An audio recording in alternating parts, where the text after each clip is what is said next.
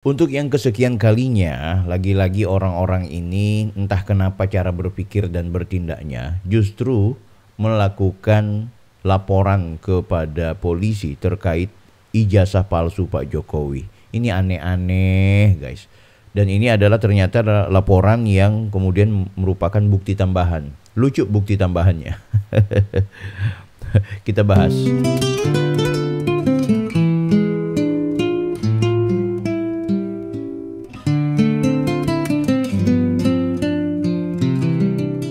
Halo guys, Anda kembali bersama saya lagi Bang Bil. Video kali ini kita akan kembali mengulas tentang bagaimana isu ijazah palsunya Pak Jokowi yang sejak awal itu diungkit-ungkit oleh orang-orang yang sampai dengan saat ini gagal move on. Tidak hanya ketika beliau sudah selesai menjadi presiden ya, bahkan ketika beliau menjabat sebagai seorang presiden pun isu tentang ijazah palsu itu terus bergulir gitu. Bahkan konon ada tuduhan bahwa kampus yang dikuliahi oleh Pak Jokowi yaitu UGM, Universitas Gadjah Mada di Yogyakarta, itu bekerja sama atau menyembunyikan kong kali kong sesuatu yang dirahasiakan gitu. Ya oke, itu tuduhan-tuduhan yang memang pasti akan terlihat oleh orang-orang yang gagal move on. Nah guys, tapi kali ini kita akan lihat bagaimana ada kumpulan orang yang menyebut dirinya sebagai TPUA ya. TPUA ini apa ya? Tim pembela ulama dan juga aktivis kayaknya. Mereka akan berkunjung ke Mabes Polri, ke Bareskrim tepatnya, untuk kemudian memberikan bukti tambahan. Yang lucu bukti tambahannya itu bukan semacam data-data atau hal-hal yang berbasis fisik, tapi justru buktinya adalah video-video dari orang-orang yang memang benci Jokowi yang melaporkan, yang menggambarkan tentang ijazah palsu tersebut. Ini lucu menurutku, aneh-aneh. Oke, tanpa berlama-lama aku perlihatkan dulu ke kalian ada satu video yang menurutku anggap saja ini lawakan guys, tapi kita harus ikuti. Ini dia. Allahu Akbar. Allahu Akbar. Kami TPUA, tim pembela ulama dan aktivis, baru saja menyampaikan bukti tambahan Pembela ulama kami pada tanggal 9 Desember 2024. Bukti tambahannya adalah beberapa video ya podcast dari beberapa video podcast. Ini bukti tambahan video podcast dalam konteks ijazah palsu itu apa ya? Antara lain Dr. Rismon Sianipar. Ya, videonya Pak Rismon sudah dibantah tuh Om. Videonya Pak Rismon tuh udah dibantah sama UGM ya. Malah UGM menganggap bahwa itu adalah informasi yang menyesatkan, kayak gitu. Kalau masalahnya adalah font Times New Roman, lah beberapa ijazah di tahun 85-an kan tidak hanya Pak Jokowi, semua sama modelnya seperti itu. Oke, kita lanjut dulu. Lalu juga ada dari Guru Gembul. Dan ada beberapa lagi Guru Gembul. Yang intinya adalah itu berhubungan dengan apa yang telah kami adukan tentang dugaan ijazah palsunya Joko Widodo. Bahwa apa yang sekarang telah dimasukkan ini menambah dasar hukum bagi Bareskrim untuk segera menindaklanjuti dan melangkah. Guys, kalian ingat nggak dengan bapak ini? Kayaknya dia dulu yang maki-maki Pak Jokowi ya. Gerombolannya Anies Baswedan ini ya, sama Pak Amin Rais. Om bulan puasa nggak nahan.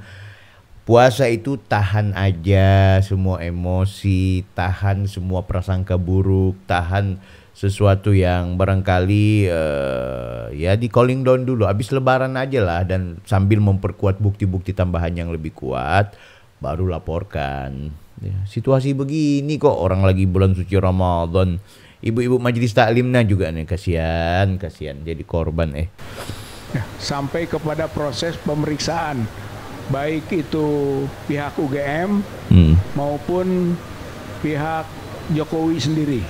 Jadi UGM yang di dalam videonya Dr. Risman dinyatakan bahwa telah melakukan penyesatan informasi Dan penyesatan informasi itu adalah tentu saja masuk klasifikasi pidana. Dan langsung Dr. Risman menuduh pada rektor, bahkan menyebut dekan. Rektornya itu Profesor Dr. Ova Emilia, SPOG. Dan ada dekannya Sigit, kalau tidak salah namanya. Dan itu langsung dimintakan untuk bukan klarifikasi lagi, minta maaf gitu ya kepada publik. Karena menurut Dr. Rismon itu sudah melakukan perbuatan yang membuat malu seluruh sivitas akademika. Guys, yang dihajar oleh Pak Rismon itu kan adalah yang berkaitan dengan bentuk fontnya Times New Roman. Kita lihat deh, ada satu YouTube dia memperlihatkan tuh ya, sebelum kita kembali ke bapak-bapak dan ibu-ibu bermajelis taklim ini ke baris krim. Nah ini nih, ini menarik menurutku. Ini adalah ijazah UGM, ini tak perlihatin ya ke kalian ya. Saya perlihatkan ke kalian tentang ini, ada ijazah yang diupload di YouTube nih. Nah ini Universitas Gadjah Mada, kan sama juga kayak Pak Jokowi punya nih, ya kan? Nah, Anda lihat nih, ijazah UGM ya. Ijazah UGM tahun 1985 Fakultas Kehutanan. Nah ini Universitas Gadjah Mada Fakultas Kehutanan, ijazah telah lulus ujian sarjana kehutanan jurusan apa ini jurusannya nggak tertulis ya. Baru di sini ada tertulis nama Sri Hurtaningsih apa ya, kita nggak tahu. Ini YouTube ya guys ya. Kemudian cuma fotonya doang yang diperlihatkan. Ini fotonya siapa ini ya? Ini rektornya sama Pak Yakob ya, sama kayak dengan Pak Jokowi punya, kan gitu. Ini font New Roman, makanya dari pihak UGM itu mempertanyakan kenapa Pak Rismon itu tidak kemudian mengutarakan bahwa ijazah Pak Jokowi itu palsu, sama halnya dengan palsunya teman-temannya Pak Jokowi atau yang seangkatan di tahun 85 itu palsu juga. Kan gitu. Kalau ukurannya adalah Time New Roman kan gitu. Tapi sudah, dasar orang nyinyir, orang yang memang betul-betul sudah kebenciannya membabi buta kepada Pak Jokowi, susah diajak ngobrol. Nah termasuk dengan ini, mereka ini yang memberikan bukti tambahan. Bukti tambahannya itu lucu. Saya kira bukti tambahan itu adalah tambahan, misalnya mereka dapat, oh ini ijazahnya Pak Jokowi, ini ijazahnya temannya Pak Jokowi, seangkatan dengan Pak Jokowi, berbeda nih, ya kan? Berbeda secara font. Nah itu menarik untuk kemudian dihajar. Tapi kan memang isu ijazah palsu udah terlalu lama ya, dari 2 sampai 4 tahun yang lalu juga sudah dilontarkan. Tapi wajar karena memang Pak Jokowi masih presiden. Jadi konon ya dia masih berkuasa sehingga mampu melakukan tindakan dan upaya-upaya khusus kalau memang betul-betul dia jahat ya. Tapi kan sekarang dia sudah tidak punya power apa-apa. Kalau kemudian memang dia bersalah dan dia memalsukan, maka ini orang mencoba untuk menguak. Ya, jangan-jangan ini UGM bersekongkol kan gitu. Tapi UGM sampai dengan saat ini menyatakan menolak, bahkan menyebutkan informasi yang disampaikan oleh orang-orang tentang ijazah palsu itu menyesatkan, itu tidak mendidik gitu. Bahkan UGM memperlihatkan bukti-bukti betapa Pak Jokowi itu punya sejarah kuliah di kampus UGM dan juga mendapatkan ijazah yang memang resmi diterbitkan oleh UGM. Kalau soal Time New Roman, ya itu terbantahkan dengan data yang lain ya, data atau ijazah yang lain. Jadi menurutku sangat disayangkan orang-orang seperti mereka ini kemudian terjebak pada isu-isu yang tidak substansial. Tapi wajar lah. Ya, kita lanjutin dulu ya, guys. Masuk alumni, dan Dr. Rismon ini alumni elektro, Kasian. ahli di bidang forensik digital. Jadi itu kami bawa, bukti itu kami masukkan sekarang sebagai bukti tambahan. Dengan begitu maka nilainya berbeda sekarang. Asalnya adalah nilai media sosial saja, tapi dengan dimasukkan sebagai alat bukti oleh TPUA, maka sekarang itu menjadi bukti hukum gitu. Jadi berubah itu dari satu informasi bebas menjadi bukti hukum. Oleh karena itu Bareskrim layak untuk memproses lebih lanjut mengenai dugaan ijazah palsunya Jokowi. Tuntutan kita adalah tangkap dan adili Jokowi. Dari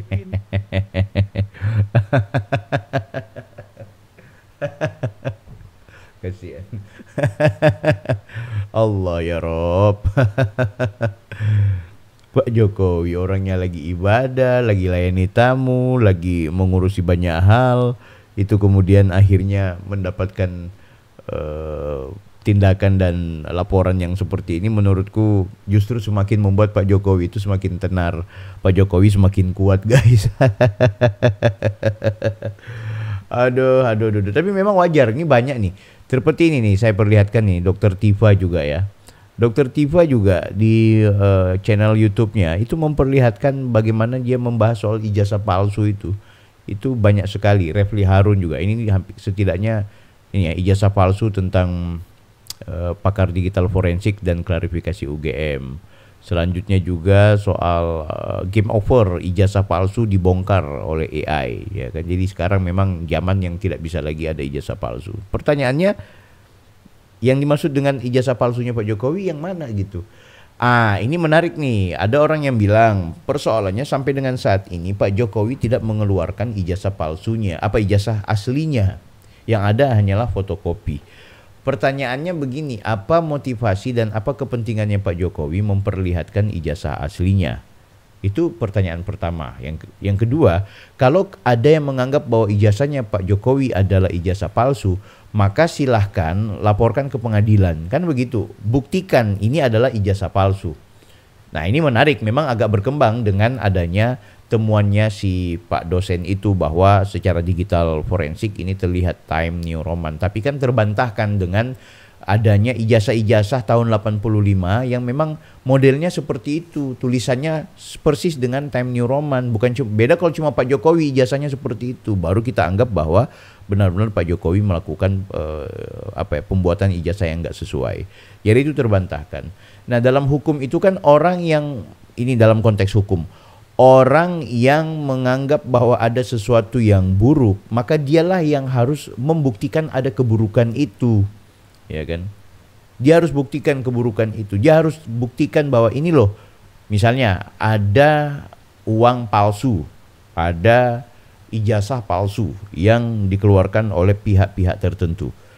Melaporkan pihak tertentu itu, maka sertai bukti yang palsu tadi, ya kan? Sertai bukti yang palsu diserahkan kepada pengadilan. Kalau kemudian tidak disertai bukti kepalsuan data tersebut, maka pengadilan tidak bisa lanjut. Yang ada hanyalah opini publik, yang ada hanyalah penggiringan penyesatan informasi kepada publik. Kan seperti itu. Nggak bisa Anda bilang, oh ijazahnya Pak Soekarno palsu, Pak Soeharto palsu, Gus Dur palsu. Yang mana ijazah palsunya? Yang mana? Tolong diperlihatkan, kan gitu. Itu yang banyak gagal pahamnya teman-teman ketika kemudian melaporkan ini. Yang ada hanyalah isu-isu di media sosial. Kenapa saya bilang ini akhirnya menjadi informasi menyesatkan di ruang publik? Karena tak berkesudahan, guys. Bisa Anda bayangkan, korupsi OCCRP tidak mempan, ya. Pak Jokowi dianggap mengganggu demokrasi, merusak demokrasi dengan mengintervensi MK, gagal juga. Isu ini nggak dapat. Pak Jokowi mengintervensi KPK untuk menghajar Hasto, enggak juga. Jadi tangkap dan adili Pak Jokowi karena melakukan perbuatan melanggar hukum yang berkaitan dengan pasal A, B, C, D, enggak dapat. Sekarang ijazah palsu. Saya kasih waktu 1 minggu dari sekarang sampai dengan minggu depan ya. Aku yakin begitu ijazah palsu sudah tidak diterima atau publik juga tidak merespon dengan baik, akan ada isu-isu baru. Seperti itu. Pagar laut Pak Jokowi. Semuanya hal-hal yang dicari-cari kesalahan. Oh, ada eranya Pak Jokowi sehingga terjadi seperti ini. Pak Jokowi, semua Pak Jokowi. Buat apa? Kepentingannya apa? Memaksakan Pak Jokowi dipenjara dan diadili oleh pelanggaran-pelanggaran yang memang tidak bisa dibuktikan secara fakta hukum. Ya itu kan sama dengan melakukan perbuatan yang sewenang-wenang gitu, semena-mena. Itu juga jahat gitu. Jadi mau memproses seseorang ya harus berdasarkan fakta. Saya yakin kalau teman-teman mau melaporkan Pak Jokowi atas pelanggaran yang memang kalian mampu membuktikannya bahwa telah terjadi pelanggaran, pengadilan tidak akan tembang pilih. Dia akan panggil Pak Jokowi. Begitu juga dengan KPK. Kalau memang ada fakta hukum tentang pelanggaran yang dilakukan oleh Pak Jokowi terkait korupsi dan buktinya itu diserahkan, maka akan diproses oleh KPK. Karena memang mazhab hukumnya kita seperti itu. Saya nih ya mantan anggota Bawaslu. Saya penyelenggara pemilu, saya komisioner Bawaslu. Ketika ada orang melaporkan telah terjadi money politik, ya money politik nih. Dan memang secara kasat mata telah terjadi serangan fajar seperti itu. Tapi ketika kalian datang ke kantor saya sebagai anggota Bawaslu melaporkan bahwa telah terjadi politik uang, maka minimal ada 2 alat bukti. Pertama adalah nih uangnya, ya kan? Fisik uangnya kalau perlu, kalau minimal foto atau video itu harus dibuktikan. Dan itu harus bukti-bukti itu 2 bukti itu harus diberikan. Yang kedua kemudian siapa yang menjadi saksi-saksi di situ. Itu harus. Jadi fisik-fisik itu harus diperlihatkan. 2 alat bukti harus diperlihatkan. Saksinya siapa yang berkapasitas dan betul-betul mengetahui bahwa ini adalah uang. Ya, jadi kalau kalian datang ke kantor saya sebagai komisioner Bawaslu dulu, tidak membawa uang itu, ya nggak bisa. Kita nggak bisa proses, nggak bisa lanjut. Atau katakanlah kalian membawa bukti-bukti dan lain-lain sebagainya, tapi secara prosedur itu tidak sesuai dengan mekanisme. Nggak bisa, karena penegak hukum kalau dia melakukan tindakan atau upaya yang sewenang-wenang di luar dari tugas pokok dan fungsinya, di luar dari aturan, di luar dari ketentuan peraturan perundang-undangan, maka penegak hukum itu kena kode etik. Sebagai komisioner saya nggak semena-mena juga untuk menerima setiap laporan. Bahwa melayani setiap laporan iya, tapi apakah kemudian laporan itu akan diteruskan kepada proses berjenjang selanjutnya, itu tunggu dulu. Karena ketika kita salah dalam memberikan penilaian, memberikan putusan, memberikan kebijakan, maka itu berpotensi menjadi kode etik, guys. Jadi itu juga yang harus dipahami. Jadi nggak sembarang kan gitu. Beda, ada orang bunuh orang, ada orang pukul orang.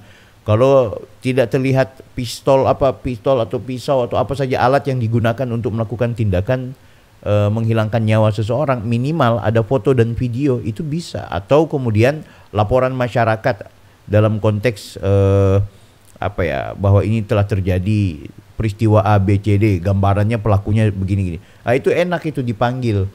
Karena memang kriminalisasinya beda dengan konteks problem atau pelanggaran-pelanggaran administrasi.